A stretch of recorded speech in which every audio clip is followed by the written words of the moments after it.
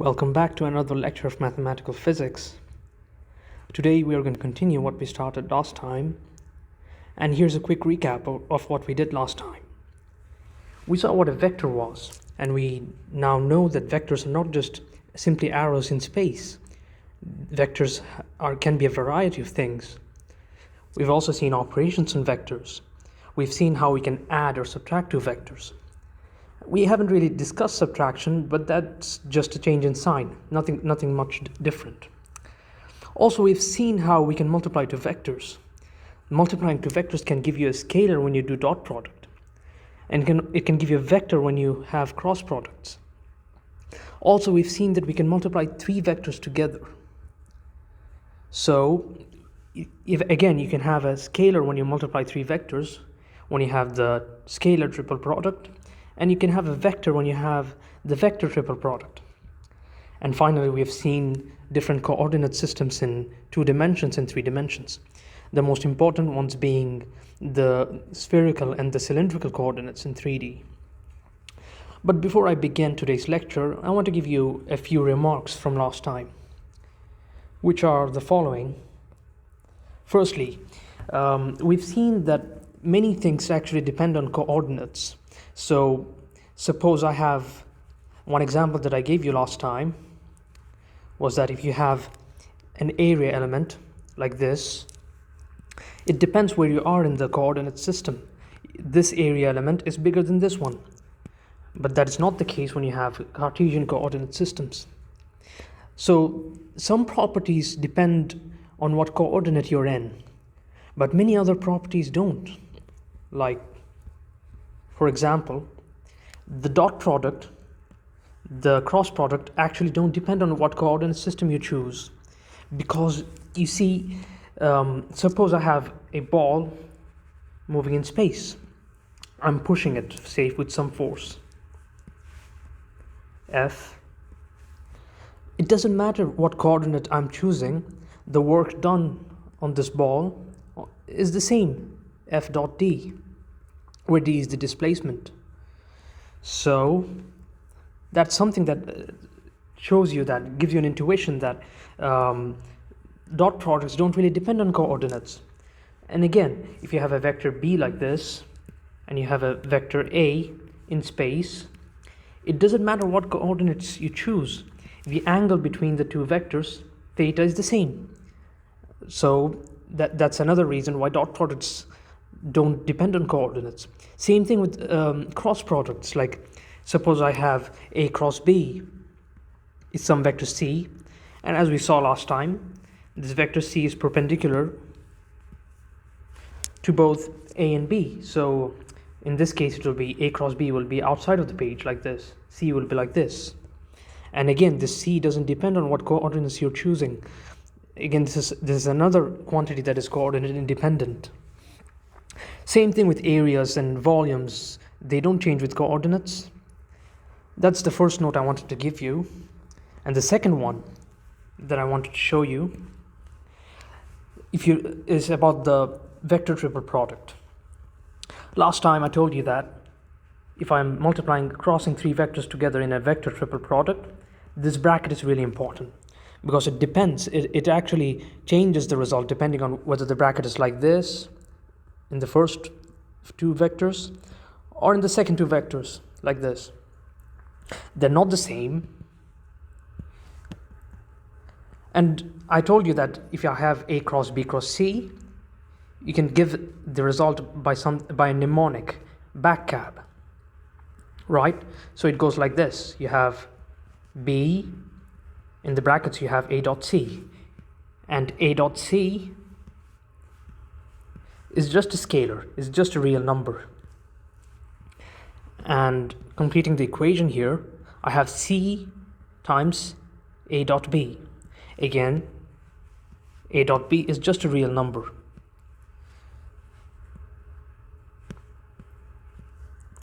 Right?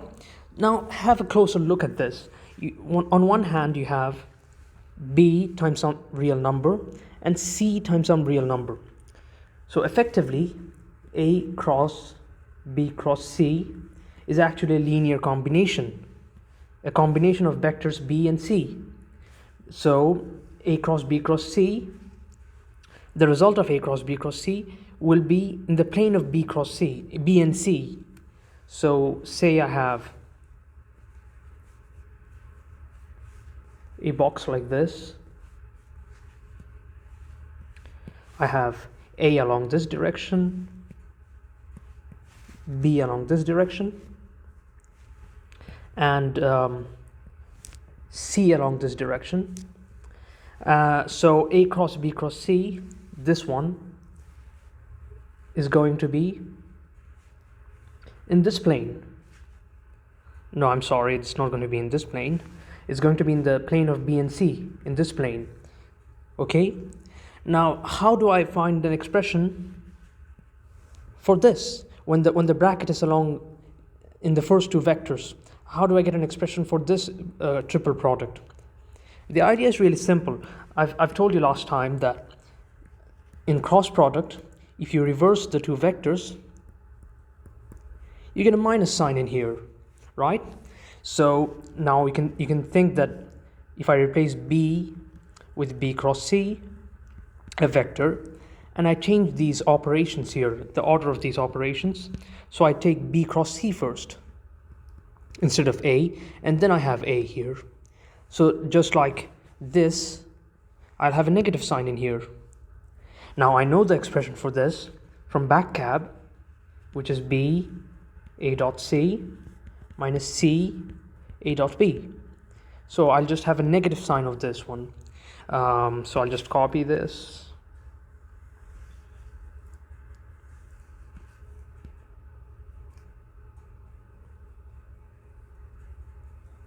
And all I have to do is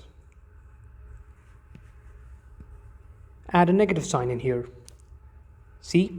So this is how you can remember the formula for the alternate triple cross product, which has the brackets in here. That's our second remark. Now the third remark. Okay, so the third remark has to do with the basis vectors in curvilinear coordinate systems. Curvilinear is just saying that it's not Cartesian. It has curved surfaces and stuff. So yeah, what I wanted to tell you is that these vectors, these basis vectors here, we didn't really see last time. What does ER look like? What does E theta look like? What does E phi look like? Or what does EZ look like, right?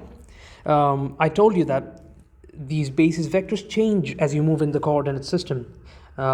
So say at this point, ER points in a certain direction, but if you move in this point, ER is certainly not pointing in the same direction. So ER and E theta and E phi, they're not constant. So they'll change with R theta and phi. Now today, what I want to do is give you the exact expressions of these vectors, these basis vectors. Okay, so let's begin with the 2D coordinate systems. Okay. So we'll start with the polar coordinates.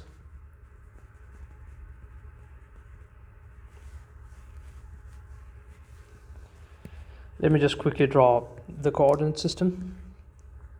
So you have different thetas here.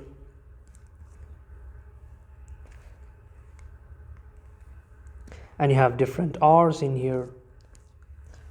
So at any given point, ER is the direction in which r increases, like we saw last time, and E theta is the direction in which theta increases. Now before I give you these basis vectors, I want to discuss the coordinates, like what is the range. Like in Cartesian coordinates, x, y, and z could all go from minus infinity to plus infinity, right? You can start from any values between minus infinity and plus infinity is valid. But things change when you switch coordinates. Like in polar coordinates, you have r and theta, right? To map every point in this space, you only need these values of r and theta. Let's see what they are. R ranges from 0 to infinity. and theta ranges from 0 to 2 pi. Now you might ask, like, why isn't r from minus infinity to plus infinity, and why cannot theta go from minus 2 pi to 2 pi, or etc., etc.? The reason is that you can give me any point in the coordinate system, and I can give you a unique number, r and theta, that gives that point. For example, at this point you have, say, this is r equals 1, this is r equals 2. So this is r equals 2, and this is approximately 90 plus 45, which is theta is approximately 135 degrees, right? This is a unique way of determining this point right here. Let's call this point A. A is this point. So if I allow values that are outside of these ranges, then I can have this definition is not unique. Like, I can no longer tell you that this point is A and 135 degrees. Maybe I can have more than one coordinates that give you this point. So the uniqueness is lost, and for physical systems it's much better to have a one-to-one correspondence, we say it. So each point has a unique label, like each person of you has a different name. If two persons have the same name, then if I call you out, you'll be confused, like, who am I calling? Okay, so this is a small note. Let's now look at the basis vectors. So how do you find ER and E theta?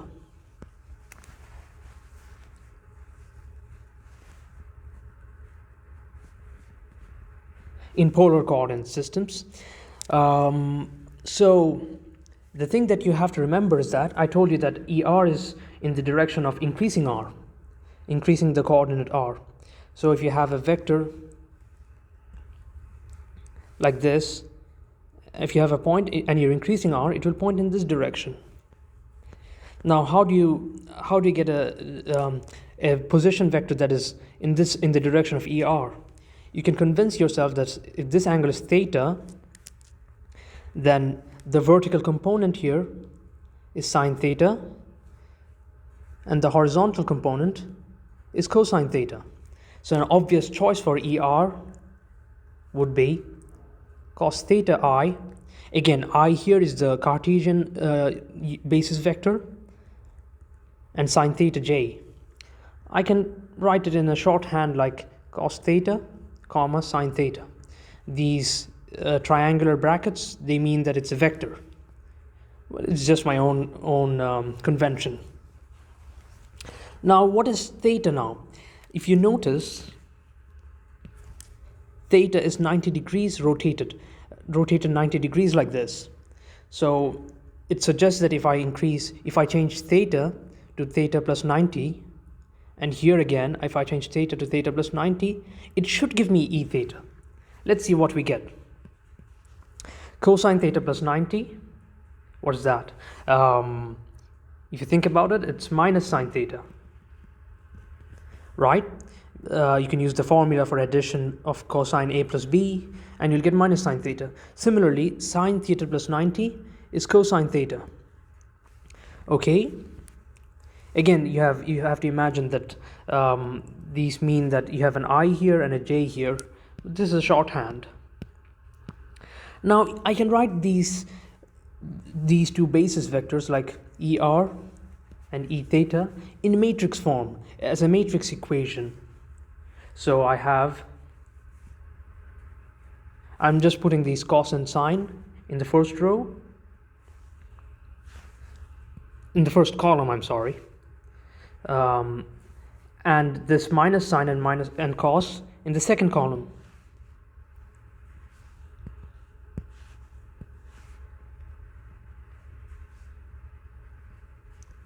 And as I said, you have to have I here and J here. So in matrix multiplication terms, I need to have I here and J here, and these would give me ER and E theta. This is the transformation matrix between IJ. If you're given if you're given ij, not actually, I mean, if you're given theta, you can move from I and j to er and e theta. Now, one interesting property here is that the inverse of this matrix, let's call this matrix P. The P inverse is the same as P transpose. What is the transpose? The transpose is just switching the rows into columns. It's like you're flipping the matrix. So in this case, the transpose of cosine theta minus sine theta and cosine theta. The transpose is denoted by a capital T like this. And you're just taking this column, this row, and you're putting this in a column like this. So you'll have cosine theta here minus sine theta here. And this row will become this column. So I'll have sine theta and cosine theta. You can check that this is true by verifying that P transpose is equal to the identity. We can quickly do this, and this is a chance for me to show you the matrix multiplication if you haven't seen it before. Or if you do know it, you can now think of it in a different way maybe.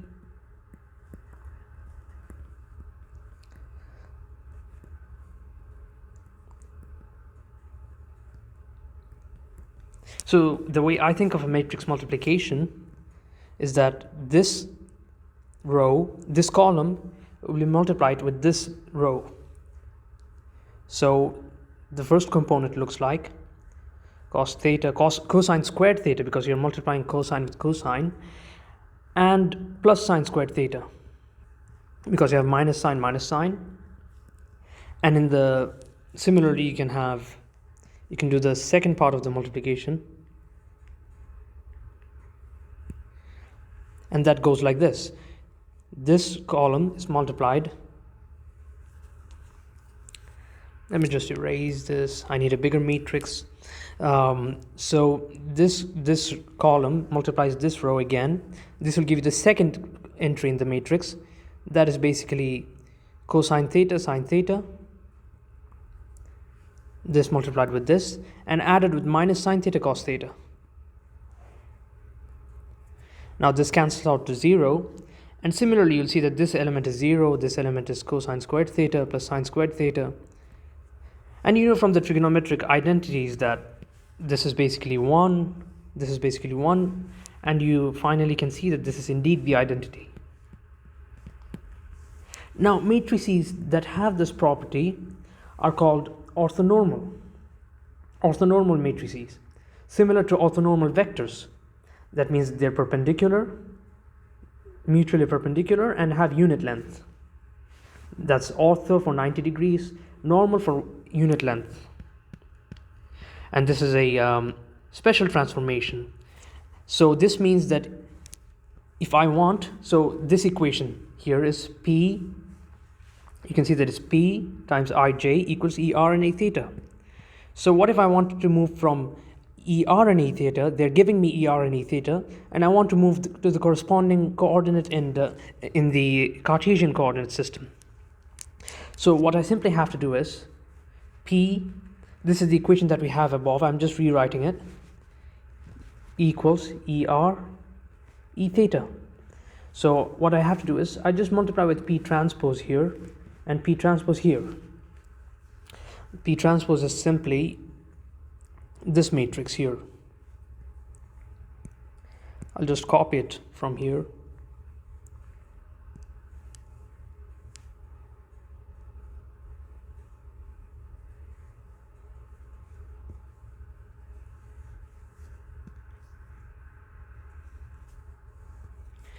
And so what we have here is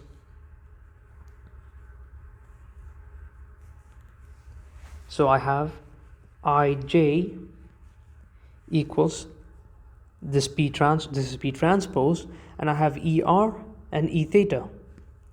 Quite simple actually. Usually if you have studied linear algebra, finding the inverse of a matrix is really a pain. And these orthonormal matrices, you just transpose it and you get the inverse. So yeah, this is an equation worth boxing. Now we've seen the basis vectors ER and E theta. So we've seen them for 2D polar coordinate. Now I want to show you the same for 3D coordinates, like the cylindrical coordinate and the spherical coordinate. So let's start with the cylindrical. This is quite easy, like the last time we saw. Last time we saw that the cylindrical coordinate is nothing but the 2D polar coordinate with the z-axis extending upwards, like this. You just have an extra z in here. So the only thing that will change from the transformation, this transformation, is that I'll get a third column with the k vector inside. So I simply add k vectors on both sides like this. So I have I, j, k here instead of simply I and j. Let me first do the transformation from I, j, k to ER, E theta, and E phi. ER, E theta, and E phi. This is what you would need to know. And I, j, k is what you have. So similar to before, I have cosine theta, sine theta, and 0 here, because before you had cosine theta, sine theta like this. Now you're adding a third coordinate and it's 0. Why is it 0? Because the basis vectors are the same. We're just adding a z-axis on top of the polar coordinate system. So this is what I'm writing down in this column. Okay, so now in the second column I simply have the second basis vector, which is minus sine theta, cosine theta, and again 0. And finally I simply have the k vector here. Oh, I've actually mistakenly wrote E phi in here. It should be EZ, because remember, cylindrical coordinate has basis ER, E theta, and EZ. We'll see the spherical coordinates next. Is going to be interesting, I think. And I simply have a 1 in here because I, j, k. If I multiply this vector and I notice the third component here, EZ, I can see that if I multiply it like this, the third column will simply give me a k vector here. But we know that EZ is the same as k. So that's why you only have a 1 in here. So now we can move on. And again, this matrix P, this transformation matrix P is also orthonormal. So P inverse equals P transpose, right? So if you want to move from IJK, if you want to move from ER, E theta, E phi to IJK, you simply have to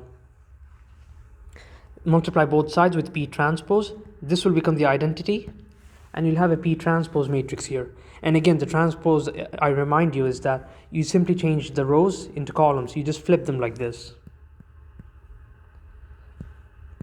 That's the inverse transformation, as we call it. Now before I go to the spherical coordinates, I also want to remark that this matrix for the rotational coordinate system that we took last time, this is the matrix when you're rotating a vector from V and you're looking at it from a different system that is rotated, like x prime and y prime. Even this is an orthonormal matrix. Suppose I call it R for rotation. Again, R transpose equals R inverse. So if I want to move from xyz to x prime, y prime, z prime, or to the other way around, I just transpose this vector to the other side. So you can imagine that this is xyz. I just take the transpose, R transpose here, and x prime, y prime, z prime. This is when you're given x prime, y prime, z prime, and you want to know like the original coordinates. Okay, this is another remark. Orthonormal. You can even think of it this way. Like, see, here I have you can see that in this equation, I have the primes on the right hand side and unprimed on the left hand side. All I have to do to change this equation the other way around, that is, I want the unprimed on the left hand side, is I simply remove these primes, switch these primes around. I remove the primes here,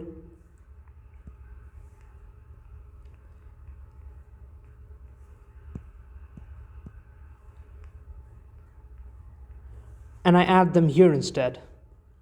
And I remove the primes here and I add them here instead. So you're just switching the positions of the prime symbols, the dashes on top. You can think of it that way as well.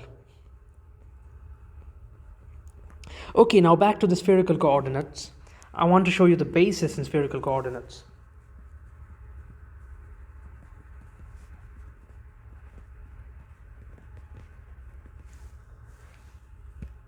It's not the coordinates, we are specifically looking at the basis, so it's the spherical basis. Now, last time we found the relation between x, y, z and r theta and phi.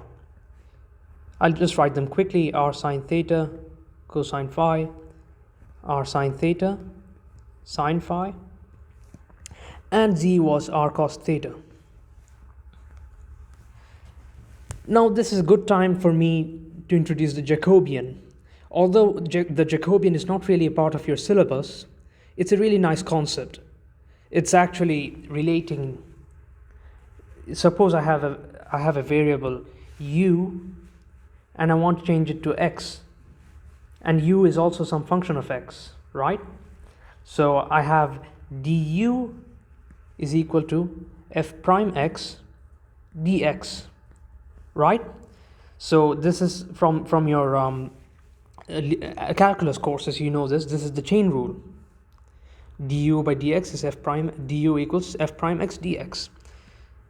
Now this is when you have a function in one variable, f of x. What if I have a function in three variables like r, theta and phi? And I am changing this to Cartesian coordinates like f of x, y and z. What is the factor that will appear in here?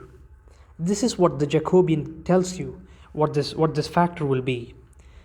Okay, so that's a brief introduction of the Jacobian. And why do I want to introduce the Jacobian here? Because it will make finding the basis, calculating the basis vectors really easy. While I won't really go into the details a lot, I'll just give you a small, demonstration of how to use the Jacobian. So suppose I want to find ER, right? How do I do this? Now remember, ER is the direction in which R increases, right? While theta and phi are fixed. I'll just return and show you the figure I drew last time. So this is ER. ER is the direction in which the sphere increases when you increase the radius, right? So how do you explain this, right? So consider I have a sphere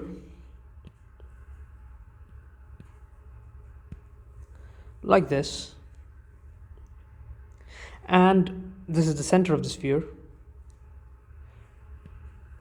I have a vector sticking out. I have a position vector sticking out like this.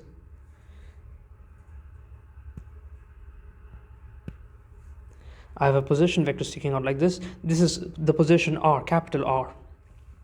Now in Cartesian coordinates, R is nothing but xi, let me write the whole thing, xi plus yj plus zk, right?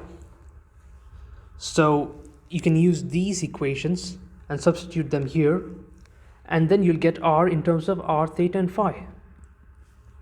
So instead of x, you'll write this. Instead of y, you'll write this. Instead of z, you'll write this. So how do I measure like what happens when r changes, right? What happens when I change just r in this direction? What will happen to this position vector? Now we haven't taken partial derivatives yet, that's in the next chapter, but to understand the Jacobian you need it. Now don't worry about it, it's really simple. So I need to take the derivative with respect to the radius. What happens when I change it? So I have to take the radius derivative. This squiggly delta is denoting partial derivative, and partial derivatives are not the same as total derivatives, and we'll see this in the next chapter, inshallah. So right now what we have to do is take the partial derivative with r here. When you take this partial derivative, every other variable, theta, phi, x, y, everything is constant. You're only interested, like this can just be considered a constant k when you're differentiating with respect to r. This is a brief preview of the partial derivatives. You'll see that r will disappear. You only have sine theta because d by dx of x is 1. Same with r. Sine theta cos phi. I hat, because you had this I hat here, right? I'm just transferring it here. And similarly, I'll have sine theta, sine phi, and this has j in it, and then you have cos theta from here, k hat. Now you can take the dot product in here, and you can confirm that it's actually this vector er dot er would be 1, so it's normalized. It has unit length. So this is how you will find er. Similarly, you can find e theta by taking partial r, partial, this is the position vector, remember. The position, taking the derivative with respect to theta, this will give you e theta. Again, you have to check the normalization, so you have to divide by the length. In this case, you'll find that this is already normalized. And similarly, partial r by partial phi will give you e phi. Again, you have to normalize this. And so you can see that there is a systematic way of finding er, e theta, and e phi. You're not just, looking at the geometry here. If I wanted to derive this geometrically, I would have had to, consider a lot of things. I have to go into the details for each basis. In this case, you're just taking derivatives of the position vector. Now, if you notice that, what we did here was take partial x by partial r, partial y by partial r, partial z by partial r. That's like that can be considered like the first row of something. Partial x by partial r, z by partial r. If you imagine you put I here, j here, and k here, this is nothing but the er you got from using the derivative. Right? Similarly, for e theta you did partial x by partial theta, partial y by partial theta, and partial z by partial theta. And similarly for phi you did partial x by partial phi, partial y by partial phi, and partial z by partial phi. You can imagine the i's here, j's here, k's here. But I don't want to do that. I want to show you the Jacobian. This matrix is in fact the Jacobian. So in finding the basis, you use the Jacobian without even knowing it. Well, you can imagine that you have I, j, k here, and this is going to give you er, e theta, and e phi. Actually, this Jacobian is a really useful tool because, as I said, when you're making a substitution in an integration from u to x, or when you're doing a change of variables, as they say, this Jacobian is going to help you a lot. You don't have to go into the geometry. This Jacobian captures the geometry of your coordinate system. Well, anyway, this is a short intro into the Jacobian. Now let's summarize everything. So we had to find the basis vector in spherical coordinates. Let me just write them down quickly. Er is, I'm again using this notation, cos theta, cos phi. This is the result we found here, by the way. I'm just rewriting this again. Cos theta sine phi and cos theta. And similarly, you have E theta equals sine theta cos phi. I think it's a minus sign here, yeah. And minus sine theta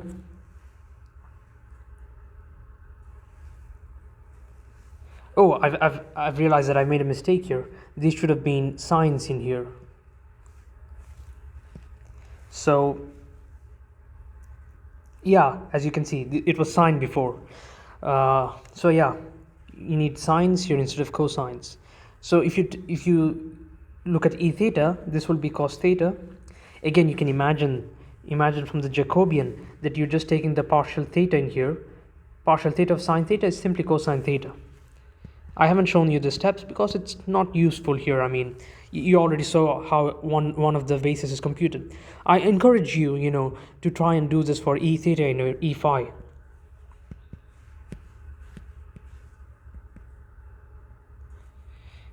I've again made this mistake.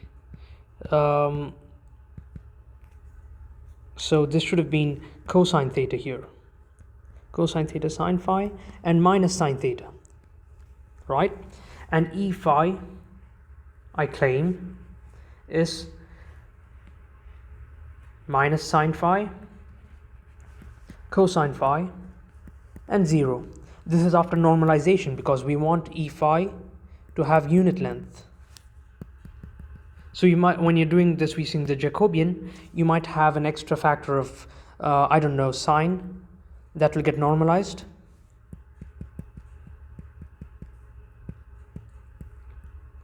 Okay, then again, if you write the matrix of this transformation, so what transformation are we talking about? ijk, you're given ijk, and you're given theta and phi. You know theta and phi because you know that coordinate, this position. You know the theta and phi here. You want to know the basis vectors. So usually you'll be given theta and phi. Now if you express this in a matrix form, you'll find that you'll have this equation. I'm just copying these variables in here. I might as well always copy this whole thing and paste it here. I'll just have to make small changes.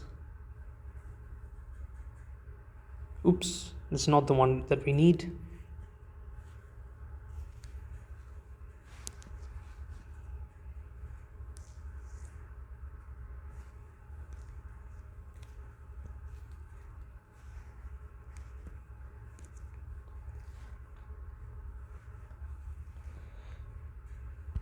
I'm just rewriting this equation in matrix form. So you can see that it's quite intuitive. I'm just adding a column vector here, and I'll remove some of these brackets. I'll remove this commas.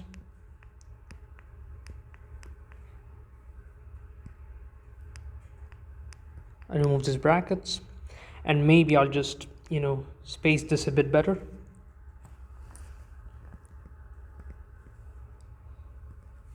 And I'll just add this matrix brackets and I, J, K.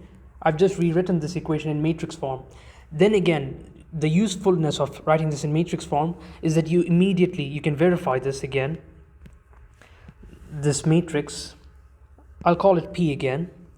P transpose is equal to P inverse. This is orthonormal.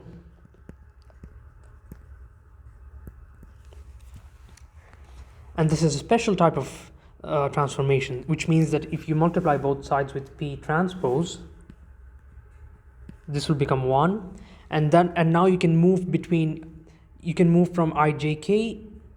can move from ER, E theta, A phi to ijk. And also you can actually show, if you are interested, you can actually show that this is also coming from the Jacobian for the rotated system. Okay, so this is basically what I had to say for last time.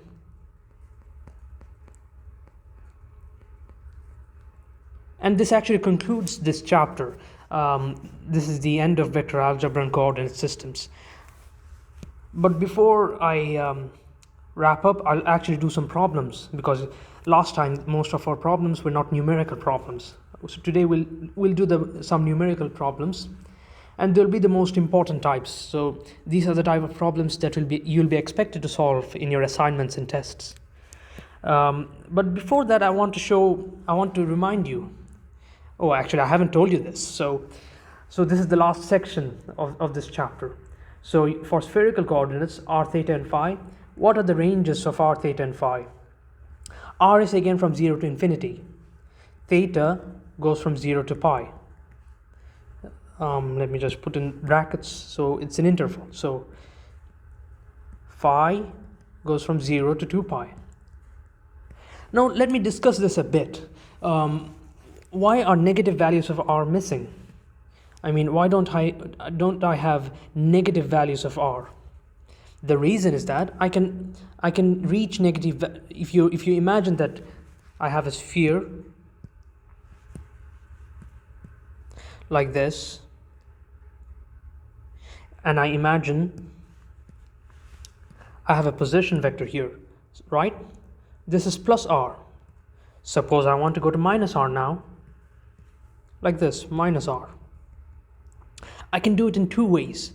One way I can do it is change r to minus r. Another way I can do it is I can just rotate this. If I imagine this is the z-axis, this is theta equals 0, I can just rotate this by 180 degrees like this. And is 180 degrees within theta? Yes, it is. So it's again the problem of, names. If two people have the same names, two or more people have the same names, they'll be confused when I call one of them. It's again a problem of uniqueness. Same thing with theta here, theta and phi. 0 and pi and 0 and 2 pi respectively. These will be enough to map all of space, all of the space. Any point you have in space, you can map them using this. Another thing I should mention here is that these are not unique. Like 0 and pi is due to convention. I can even choose minus pi over 2 to pi over 2, and it won't make a difference. But it's a convention to choose from 0 to pi, because theta equals 0 is the north pole. It's just a convention that we chose. You might even go to other subjects not related to physics, and you'll find that it's from minus pi over 2 to pi over 2. So if you see that, you should not be confused. It's just a matter of taste. Okay, so now I'll do some problems with you. Problems. Okay, so with these problems, I'll demonstrate everything, all the concepts that we took so far, from dot product, cross products, additions. You'll see everything. I'll just do a couple of problems, but that will be enough to make the point. Again, the goal of these problems is that these are just to familiarize you with how to do the calculations. You have to practice on your own to perfect everything. Okay, so our first problem is a classic in this course. It's about finding torque. Example 1 is about finding torque. Now, torque is given by r cross f in this specific order, or minus f cross r. So the order matters here. The question tells you that you have a force in this acting in this direction, 1, 3, minus 1. Again, this convention means that I have I plus 3j minus k. This is just a shorthand. Okay, what else is it telling you? And you have a point in space. Let's draw a coordinate. Let's visualize this problem. You should not be blind, when you're doing problems. You should always try to visualize everything. Being able to visualize things is actually a sign that you understand what you're doing.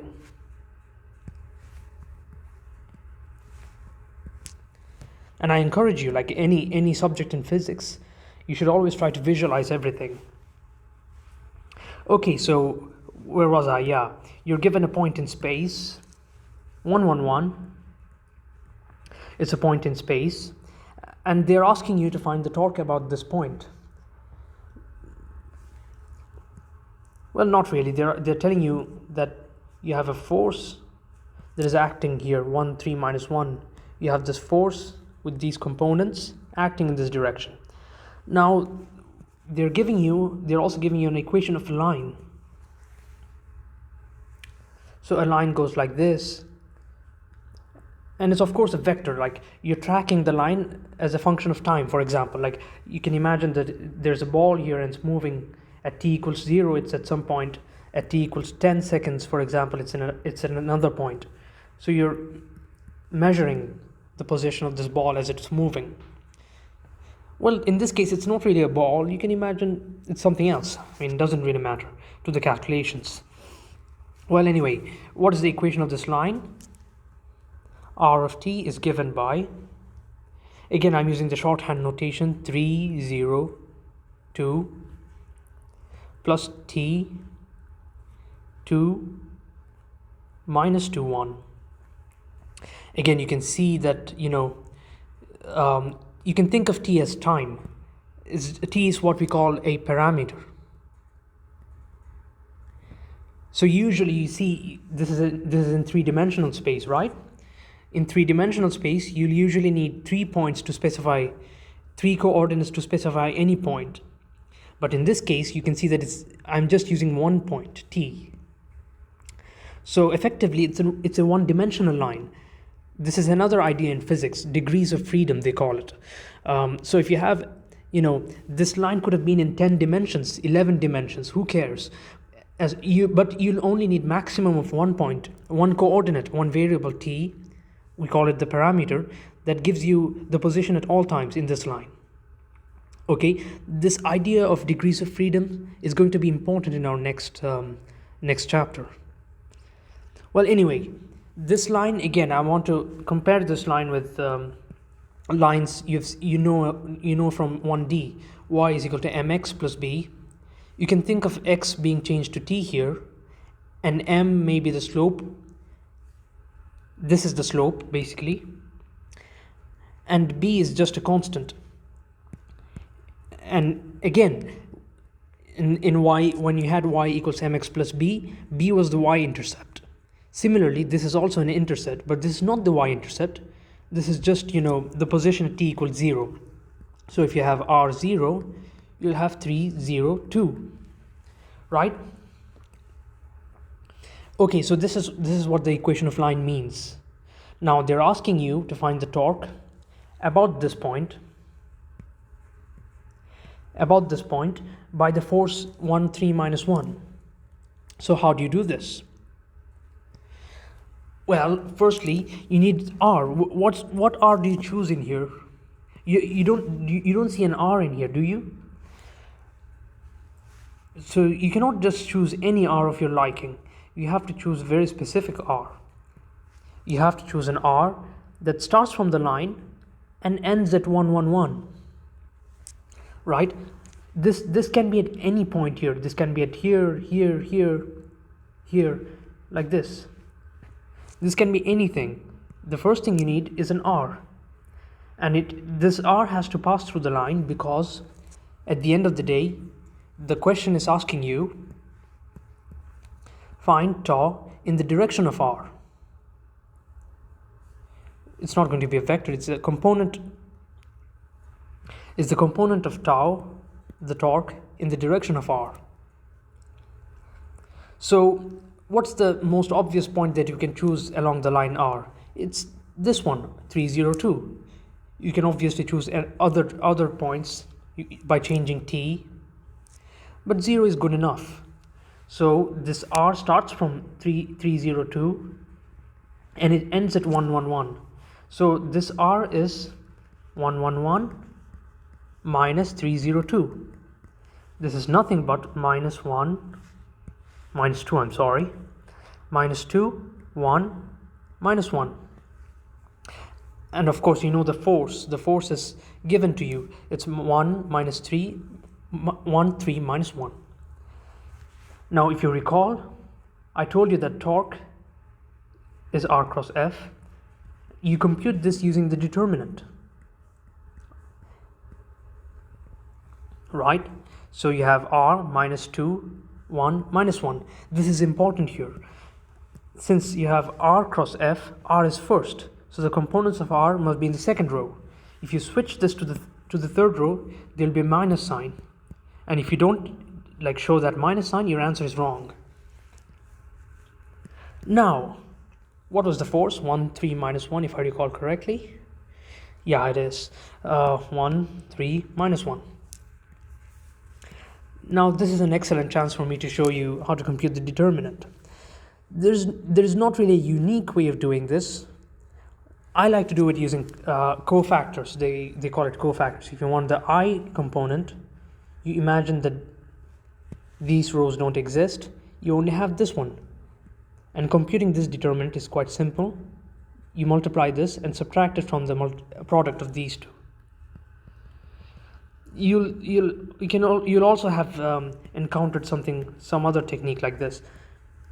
You multiply these and subtract it from these. You have j here because you're just repeating j. Both are equally valid. But I like to do it using the determinant method. So what is the ith component, jth component, and kth component?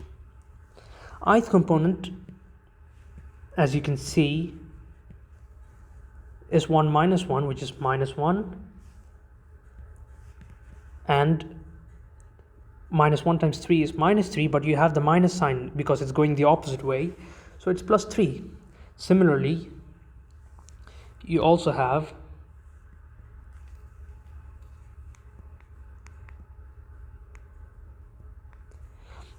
the jth component. You imagine that these rows don't exist. You're multiplying these two. Minus 2 times minus 1 is plus 2. But again, you have to remember that there's a difference in sign here. This is plus, this is minus, this is plus. Similarly, if you continue this pattern, this is minus, this is plus, this is minus. So this is something that you have to keep in mind. This is one of the properties of the determinant. And if you've never seen this, well, this is it. So that's just a reminder. You'll have a minus sign here. Minus 2. And you have these two. 1 times minus 1 is minus 1, but then you have the minus because it's moving in the opposite direction. Plus 1. And similarly, you can get the kth component. You can imagine. This might be boring to you, but for people who haven't seen the determinant, this is a refresher. So the kth component goes like 2 times minus 3, which is minus 6. 1 times 1 is 1, but it's in the opposite direction, so you have a minus 1 here.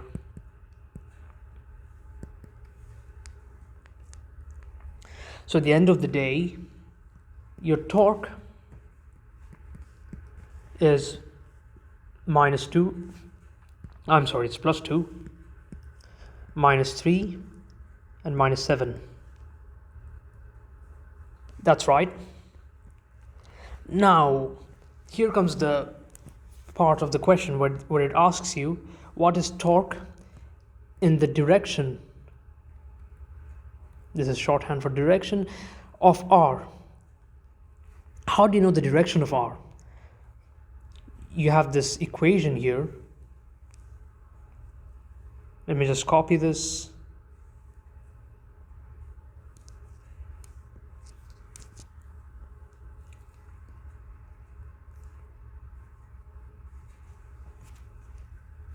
Okay, so how do you find the direction of R in here? It's quite simple. To find the direction, you take the time derivative. The direction of R, you can imagine that this is a particle moving in a line. The direction can be given by the velocity. This is the velocity direction, right?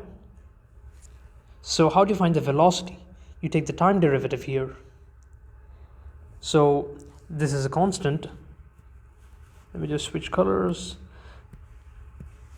This is a constant, so d by dt will give you 0 here. But this here you have t, and d by dt is 1. You'll see that you'll have, you know what, let me just show you this in detail.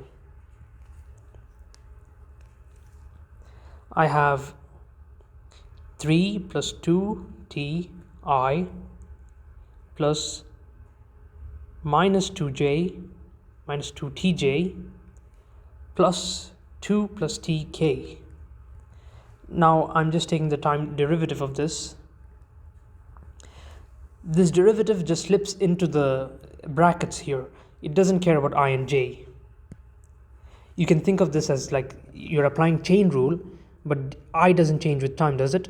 So di by dt will be equal to 0.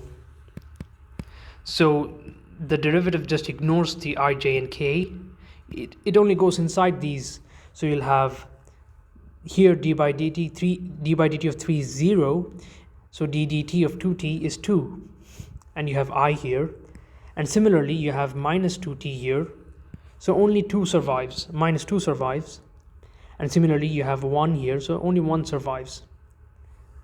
So this is the velocity. Again, the directions, usually when you have directions, you want the unit vector along that direction. Suppose I want a vector in the x direction. I have I is a unit vector. Is this a unit vector? It's not. I can already see it that it's not. So what do I do to make it a unit vector? Velocity divided by the length of v. What is the length of v again? It's simply v dot v, the square root of that. So you have 2 minus 2, 1 upstairs, and you can see that you'll have 2 times 2. Let me just show it. 2 squared plus 2 squared plus 1, and upstairs you have 2 minus 2, 1. So you can see that 4 plus 4 is 8, 8 plus 1 is 9, and square root of 9 is 3. So the unit vector along v, let's denote it by v cap, is going to be 2 minus 2, 1 over 3. Now how do I find, this is unit vector along r. This was vt, is a unit vector along r. I'm just renaming it r hat. I wanted to use vt because it's actually the velocity. Taking the time derivative gives you the velocity. Okay, so now what's tau r? You know the torque, about this point, right? So if you want to find the component, so what's the component of tau along r? This is r hat, the r hat that we just found right now. 2 minus 2, 1 divided by 3. So this is the length you want to find here. How do you do this? Using dot product, because the dot product, remember, gives you the projection of a vector along a line. So you need to do r dot, this is the unit vector that we just found here, times tau, that is r cross f. And so you have 2 minus 2, 1 over 3 dotted with the torque that we found. What was the torque? 2 minus 3 minus 7.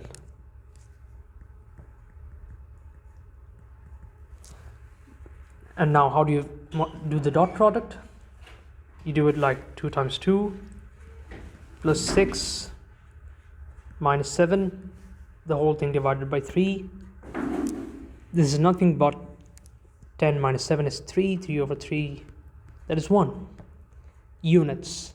Torque is usually Newton meters, but since we're not given the units, we can just keep it as 1. Now this is a scalar. The component of a vector is a scalar. Makes sense. Okay, so the important thing here was identifying that the equation of a line, if you want torque about this, You want a point first in the line itself. It cannot just be from the origin to R, because this line might not pass through the origin, right? So I can even like imagine the motion in here. What will be the motion? You can imagine this point will just rotate about this line like this. Okay, so but one thing that I'd like you to see here is that this thing is in fact a triple product, the scalar triple product. Tau r equals r hat, which is the unit vector along the line, and tau was r cross f. This is just a dot b cross c. So in fact we have actually computed a scalar triple product without even knowing it. Okay, so let's move on to the next example. So the next example is a continuation of the idea that I told you. Like if I have r of t and I take the time derivative, it gives me the velocity. And similarly, if I take the time derivative again, it will give me the acceleration. Suppose I have a vector r of t. The position vector is given by cosine of t. Well, let's take something else. Minus sine of t and cosine of t. If you take the time derivative of this thing,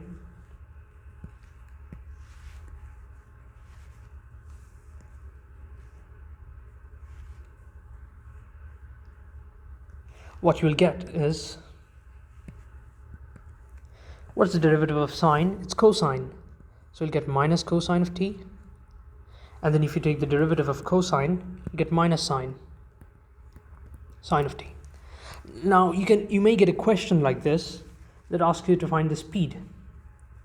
What is speed? Speed is a scalar and is the magnitude of the velocity.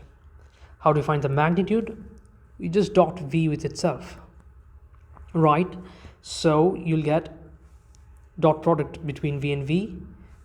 You're dotting this with itself, you'll get square root of cosine squared t plus sine squared t. But this is known, this is just 1.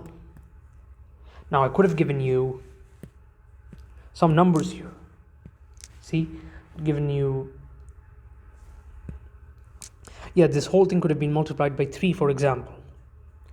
Then your final result would have been 3 instead of 1. This is another example. You can go on and find acceleration and so on. Okay, so we want to do another example. This time, this is another torque question. You're given a force F that has components 2, minus 3 and 1, and it acts on the point 1, 5, 2. Again, you can imagine that in a coordinate system it looks like this.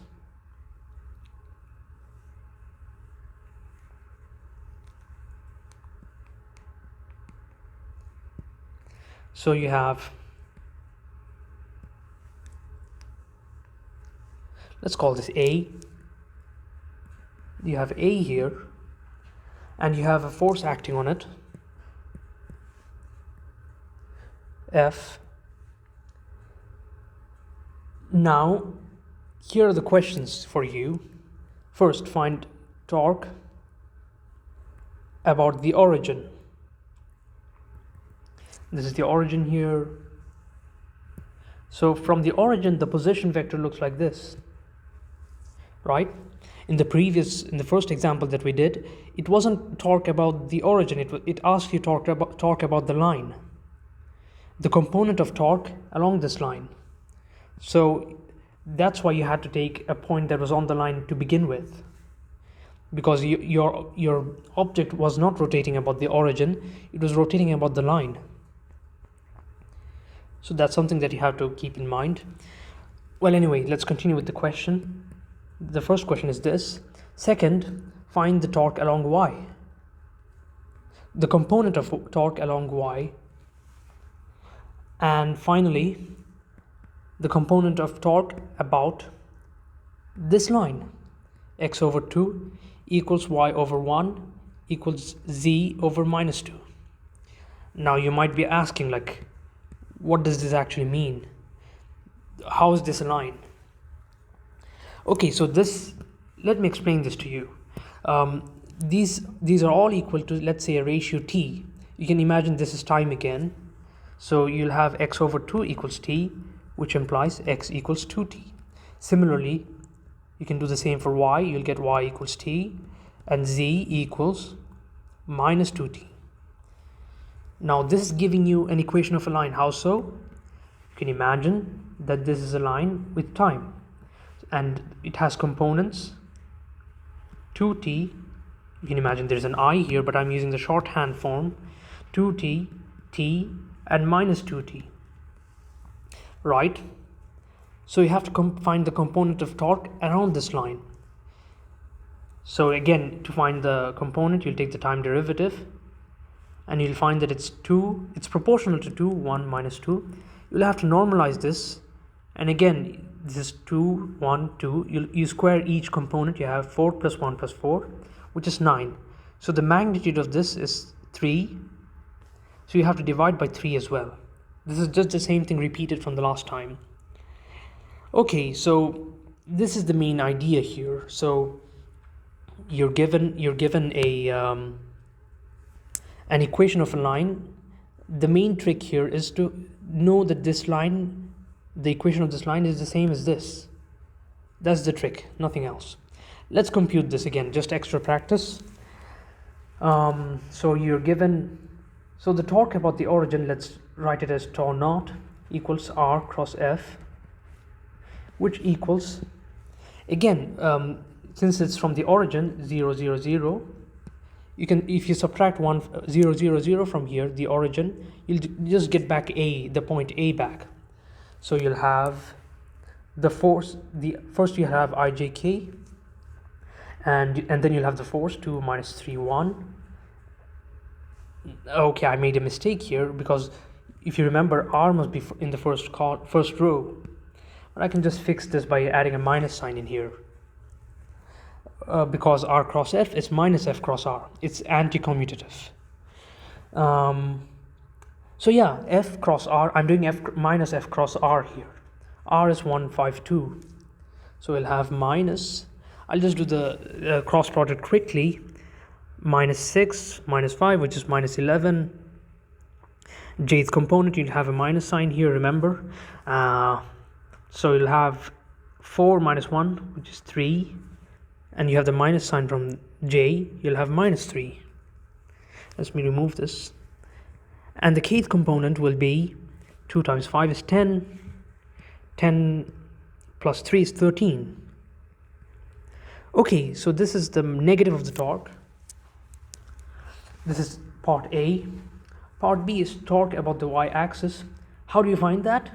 Again, take the dot product with j. Suppose they gave you a line arbitrary in space, a direction arbitrary in space, say A, B, C. The first thing that you have to do is normalize it. Because to find the torque component, this must have unit 1.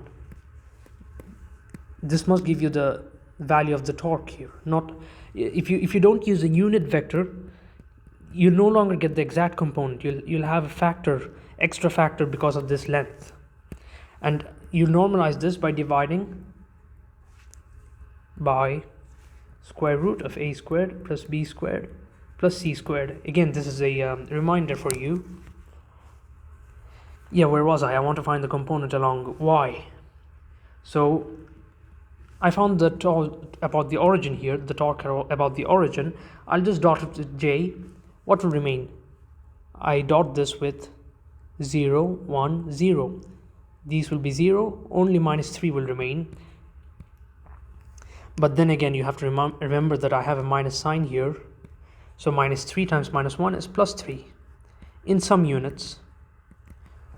Okay. Now part C. I mentioned in the beginning of this example that this equation can be translated into this type of an equation, and I also found the unit normal vector here. I mean the unit tangent vector. The normal vector is something different. I hope we'll see it in the next lecture, the normal vector. Okay, so anyway, the torque about this line is nothing but the unit vector along this line, which we found, times the torque about the origin. So we're dotting, what was the equation again? 2, 1, minus 2 over 3, dotted with 11, 1, 13, minus 13. Yeah, I got it right. No. 11, 3 minus 13. If you compute this, you'll find 2 times 11 is 22, plus 3 minus 26. Is that right?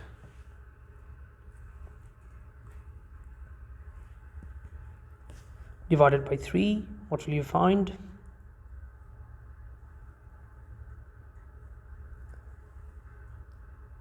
Oh, it's a plus here, plus 26, because you have a minus here. The minus here multiplies this and becomes plus. So what will you get? 23 plus 26 plus 3 is 29. 29 plus 22 is 51. That is divided by 3, which basically gives you 17 in some units. Okay, so that's the torque example. Now I wanted to give you an example of a rotated system. So an example on this one.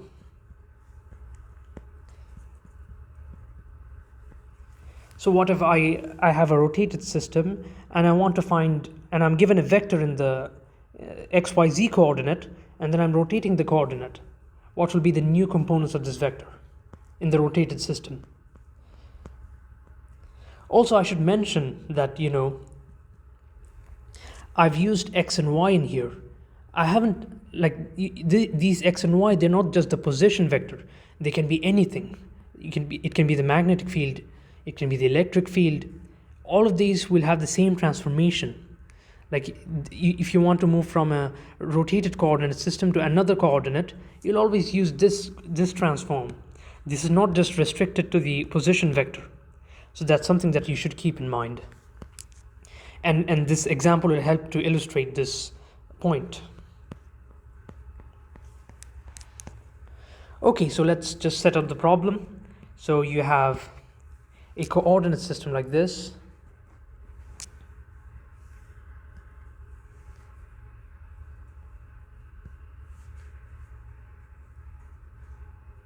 And you have a rotated coordinate system that goes like this. You can imagine this has been rotated from here to there. Similarly, this has been rotated from here to there. But this one remained the same. Let me just label the axes x, y, z, and the blue one would be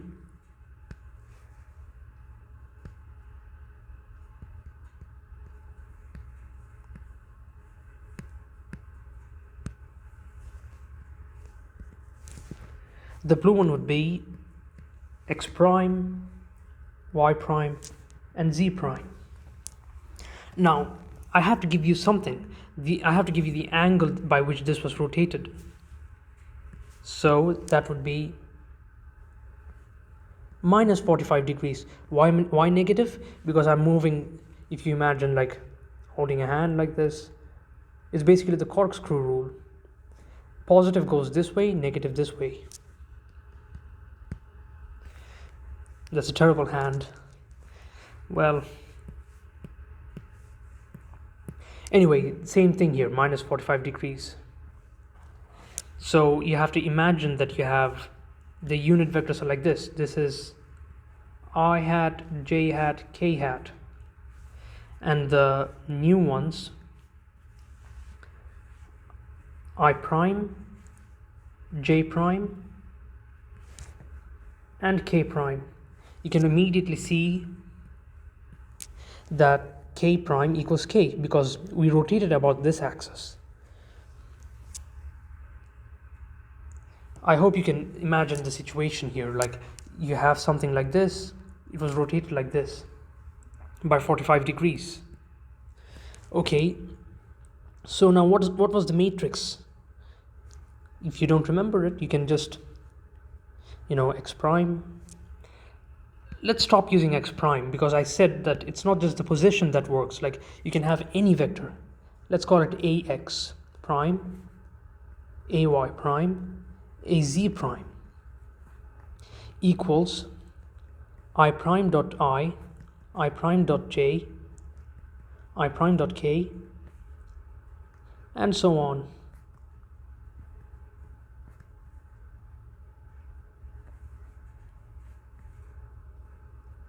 K prime dot I, k prime dot j, k prime dot k. And here you'll have the unprimed coordinates.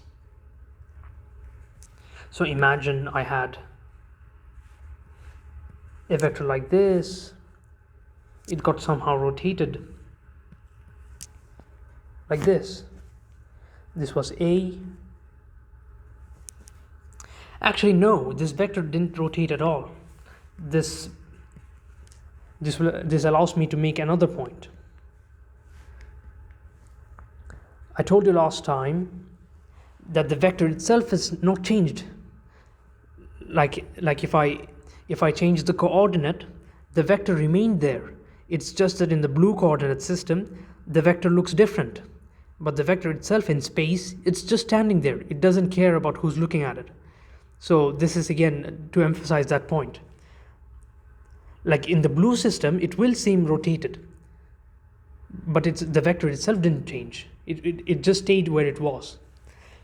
Okay, so let's see what the angles are. I told you, like, if you know the angles, you can just do this, right? Cosine theta. If you know the angle between I prime and I, then I can just compute this easily. Let's do it now. What is I prime dot I? It's minus 45. You can see here. So what is cosine minus 45? It's 1 over root 2. Now let's look at I prime dot j. Here's I prime and here's j. This is 90 degrees. This is minus 45 degrees. You can easily say that, this angle itself is 135 degrees. Forget about the minus sign. You just need to know this angle, like over here. You just need to know this angle. This is 145 degrees, no matter how you measure it. This is another of the properties that doesn't depend on coordinates. The angle between two vectors that are in space don't depend on coordinates. So I have cosine 135. No, cosine 135. What's cosine 135? I think it's minus 1 over root 2. But let's confirm it. Just a second.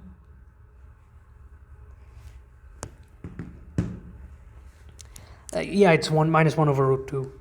Okay, so now one of the other properties of the dot product was that a dot b is equal to b dot a. So since I know I prime dot j, I should also know j dot I prime. But that doesn't help us here, does it? Okay, so let's see what the component, what this component is. So again, you have to find the angle between j prime and I. You have j prime here,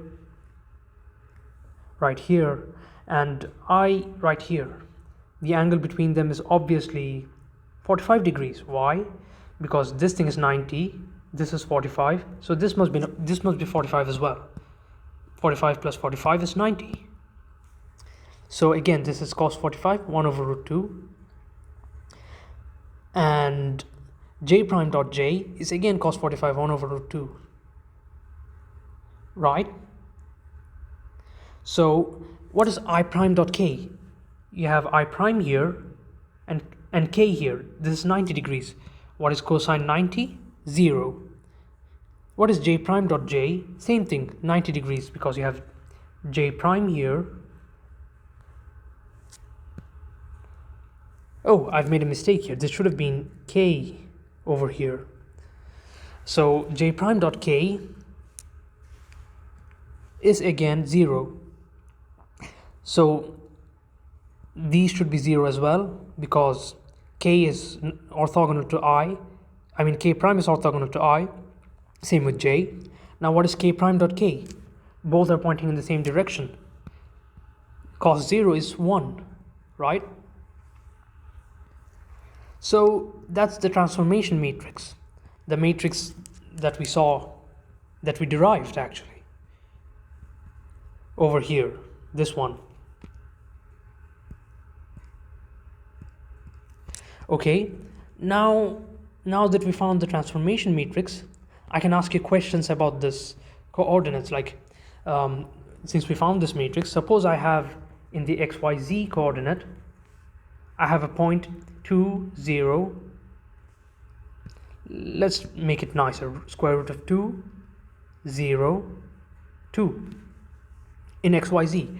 Now if I change to x prime, y prime, z prime, how do the components look right here? What do? I just have a prime x, a prime z, a prime y, I'm sorry, and a prime z, like this, and I just copy this matrix.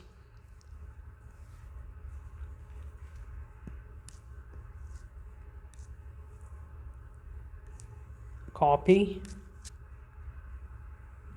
and I'll paste this here. And now I'll just plug this in here.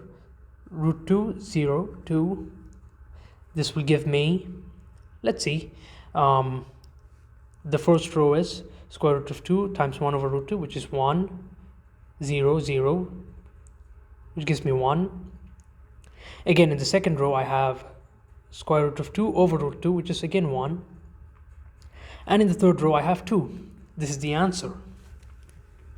Okay, so this is an example of rotated coordinate transformations. So you now have a feeling for what you have to do to find this matrix. So I think that's about it. I'm done with this chapter now, and I'll see you next time. Let me know if you have any questions. You can get in touch with me, and have a nice day.